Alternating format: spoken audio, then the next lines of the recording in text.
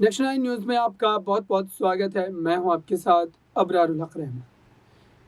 क्या राजस्थान के प्रभारी सुखजिंदर सिंह रंधावा अब एक कड़े कदम को उठाने जा रहे हैं, और क्या इस कड़े कदम के बाद राजनीतिक रूप से राजस्थान में बिल्कुल ये तय हो जाएगा कि प्रदेश में आने वाला मुख्यमंत्री कौन बनेगा।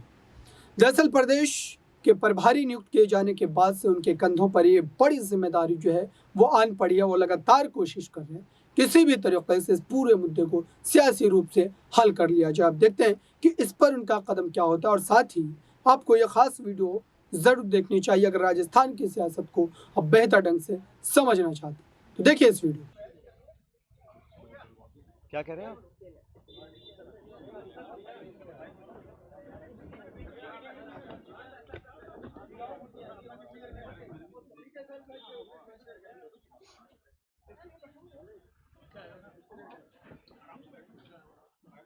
नमस्कार साथियों।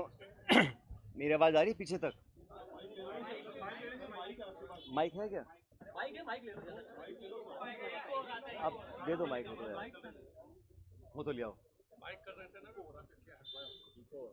मैं थोड़ा जोर से बोलता हूँ फिर आवाज आ जाएगी।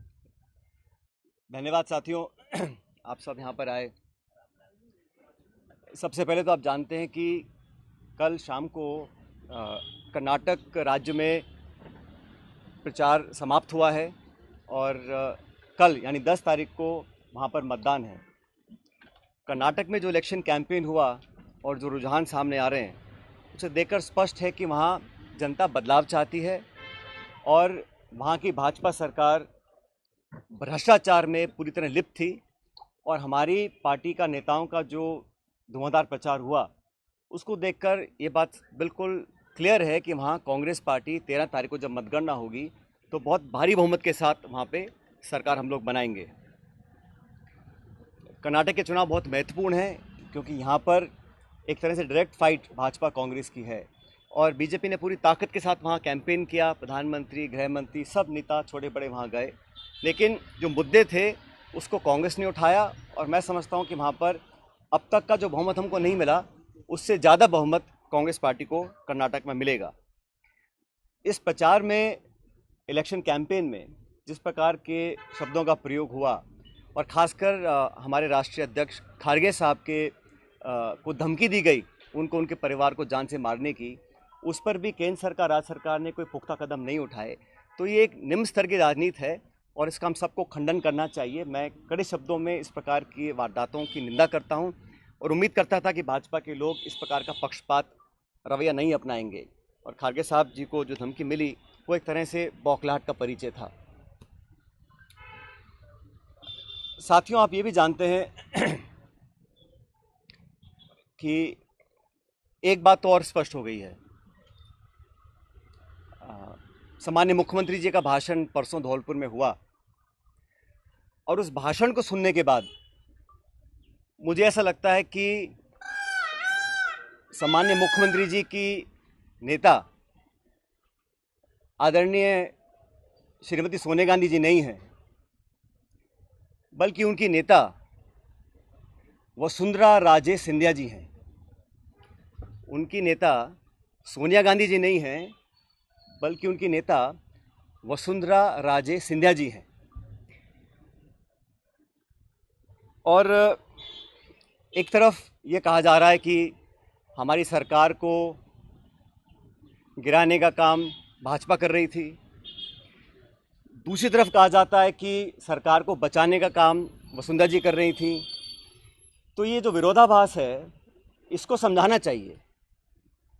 आप कहना क्या चाह रहे हैं ये स्पष्ट कर देना चाहिए। आप सबको मालूम है, सरकार बनने के बाद मैं प्रदेश का उप मुख्यमंत्री था, प्रदेश अध्यक्ष था और 2020 में देशद्रोह, राष्ट्रद्रोह के मुकदमे में मेरे पर कार्रवाई करने की कोशिश की गई थी। अनेक ऐसे प्रकरण हुए और हम सब लोग, और मैं स्पष्ट करना चाहता हूं कि मैं और हमारे कुछ साथी सरकार में नेतृत्व परिवर्तन चाहते थे। अपनी बात को लेकर हम दिल्ली भी गए और अपनी बातों को रखा। उसके बाद अखिल भारतीय कांग्रेस कमेटी ने लगातार चर्चाएं हुई और आज वो दुनिया में नहीं है, स्वर्गीय अहमद पटेल साहब, लेकिन उनके माध्यम से सब नेताओं से मुलाकात हुई और एक कमेटी का गठन हुआ, एआईसीसी ने किया। उसमें माखन साहब, वेणुगोपाल जी और अहमद पटेल जी सदस्य थे और उस कमेटी का एक काम था। और कमेटी जब गठन हुआ उस समय हम सब की बात सुनकर हमारी बातों को एक्सेप्ट किया गया और एक रोड मैप तैयार किया गया। बहुत सारी बातें उसमें थी, मैं उसका उल्लेख नहीं करूँगा, लेकिन कमेटी का गठन हुआ और उसके बाद से हम सब ने, चाहे वो राज्यसभा के चुनाव हों, चाहे विधानसभा में मतदान हो, पार्टी का प्रचार हो, कांग्रेस को मजबूत और ताकतवर बनाने के लिए हम सभी साथियों ने जी जान से कोशिश की और मेहनत की। और 2.5 साल का जो कार्यकाल निकला वो इस बात का प्रतीक है। अनुशासन तोड़ने का काम कभी भी किसी ने नहीं किया। मुझे बहुत कुछ कहा गया, कोरोना, गद्दार, निकम्मा आदि, और जो ये आरोप परसों लगाए गए, ये 2.5 साल से मैं आरोप सुन रहा था, लेकिन हम अपनी पार्टी को और सरकार की छवि को नुकसान नहीं पहुंचाना चाहते थे। इसीलिए मुझे लगा कि जो प्रकार का भाषण दिया गया, मैंने पहली बार देखा कि अपनी सरकार को, अपने ही विधायकों को, अपने नेताओं को बेइज्जत और बदनाम करने का काम हो रहा है। कांग्रेस के विधायकों को तो बदनाम करने का काम हो रहा है और भाजपा के नेताओं का गुणगान हो रहा है। ये समझ से परे है। इस प्रकार का जो काम हुआ वो बड़ा गलत है। और हम सब लोग जो दिल्ली में गए थे अपनी बात को रखने के लिए, किन लोगों पर आरोप लगाए जा रहे हैं? ऐसे लोग जो पब्लिक लाइफ में 30, 40, 45 साल से हैं। 3 दिन पहले मैं बाड़मेर में था। सम्मानी हेमाराम जी 1980 से विधायक हैं।